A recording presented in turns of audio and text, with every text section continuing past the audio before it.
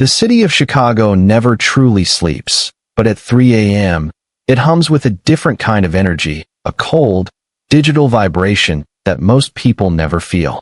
Inside the towering glass and steel fortress of Aegis Cybersecurity, the air was thick with the smell of ozone and the palpable scent of desperation. Blue and red emergency lights flickered rhythmically across the faces of 20 elite engineers, their eyes bloodshot from caffeine and terror, their fingers trembling over mechanical keyboards. A massive cyber attack, a blackout, virus the likes of which the country had never seen, was tearing through the city's critical infrastructure. In less than an hour, the entire tri-state area would plunge into darkness, shutting down hospitals, transit systems, and the very warmth that kept millions safe from the biting winter. In the midst of this high-stakes chaos, a man in a faded navy blue jumpsuit pushed a gray plastic cart down the quiet, sterile hallway. His name was Arthur. To the executives screaming into their satellite phones, he was invisible, just a background character who emptied the trash, mopped the coffee spills, and polished the glass walls that saw more secrets than any person should. Nobody knew that 15 years ago, Arthur had been the youngest lead architect at the National Security Agency. He was the Ghost, a man whose encryption algorithms still form the invisible spine of modern digital defense. But life has a way of shattering even the most brilliant minds. When his wife, Sarah, passed away after a long battle with illness, and their daughter, Lily, was diagnosed with a rare neurological condition that required 24/7 monitoring and expensive, specialized care, Arthur walked away. He didn't want the fame, the 80-hour work weeks, or the pressure of national security anymore. He needed a job with a guaranteed health plan, a predictable schedule, and zero mental weight, so he could be home during the day to hold Lily's hand and read her stories. He traded his legacy for a mop, and for a decade, he never looked back. As Arthur moved past the glass-walled war room, he paused for a fraction of a second. Through the transparent partition, he saw the giant monitors displaying a cascading waterfall of crimson code, the digital blood of a dying system. The lead engineer, a man in his 30s with 3 Ivy League degrees and a panicked expression, was pounding the table, shouting that the decryption was mathematically impossible. Arthur's eyes narrowed. He didn't see just code. He saw a symphony. He recognized the signature. It was a Hydra loop, a sophisticated, self-replicating piece of malware he had actually theorized about in a classified research paper years ago, a paper the world had long forgotten, but someone had clearly found and weaponized. He knew exactly where the kill switch was hidden, buried deep within the recursive logic of the virus. Arthur checked his worn-out wristwatch. Lily would be waking up for her essential medicine in 4 hours. If the power grid went down, the specialized, high-tech refrigeration unit for her medication would fail within minutes. The backup batteries wouldn't last through the morning. He couldn't let that happen. He wouldn't lose the only piece of Sarah he had left. He retreated to his office, a cramped maintenance closet tucked away in the basement, filled with the sharp smell of lemon-scented bleach and industrial floor wax.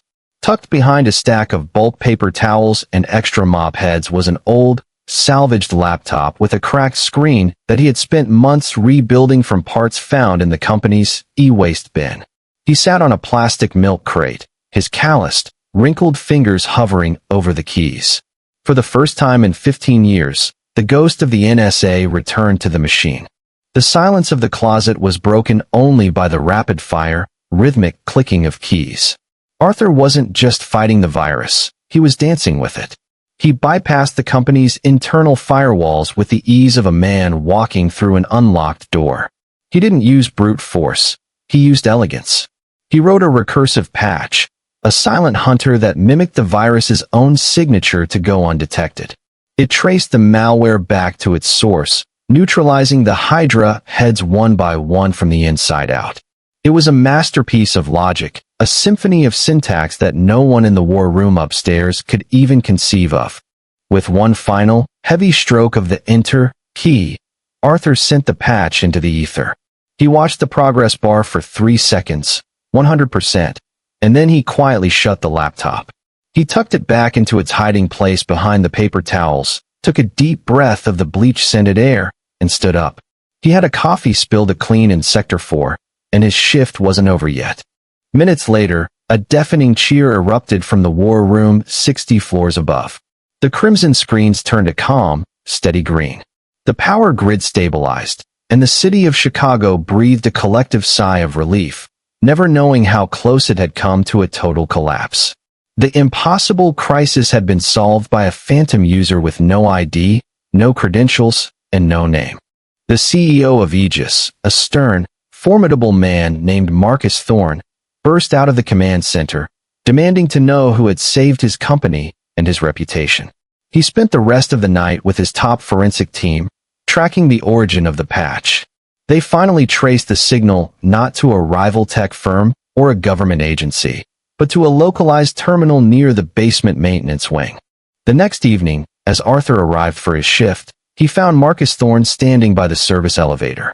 The CEO wasn't holding a legal threat or a contract. He was holding a photocopy of an old, dusty, declassified research paper from the early 2000s. Arthur's real name was printed clearly on the cover. "I spent all night analyzing that code," Marcus said, his voice unusually soft, almost trembling with awe. "It was the most beautiful thing I've ever seen. It was poetry in C++. Why are you carrying a mop, Arthur?" Arthur looked at the man, then down at the photo of Lily tucked into the corner of his plastic ID badge. "Because a mop doesn't keep me awake at night with the weight of the world's secrets," Arthur replied quietly. "But my daughter's heartbeat does. I do what I have to do for her." Marcus Thorne didn't offer him a promotion or a simple bonus. He realized that a man like Arthur couldn't be bought with a title. Instead, he offered a solution. He told Arthur that Aegis would build a specialized, private research wing, one that Arthur would head on his own terms. Most importantly, the company would fund a permanent medical facility on-site, staffed with the best doctors in the country, specifically for Lily. Arthur realized then that his brilliance wasn't a burden he had to hide to be a good father. It was the very tool he could use to save her life. The man the world saw as a shadow had become the light that saved the city, proving that a true hero isn't defined by the fame they seek, but by the quiet sacrifices they make for the ones they love. Arthur didn't go back to the skyscrapers. He stayed for the work, finally building a future where both his mind and his heart could find a home.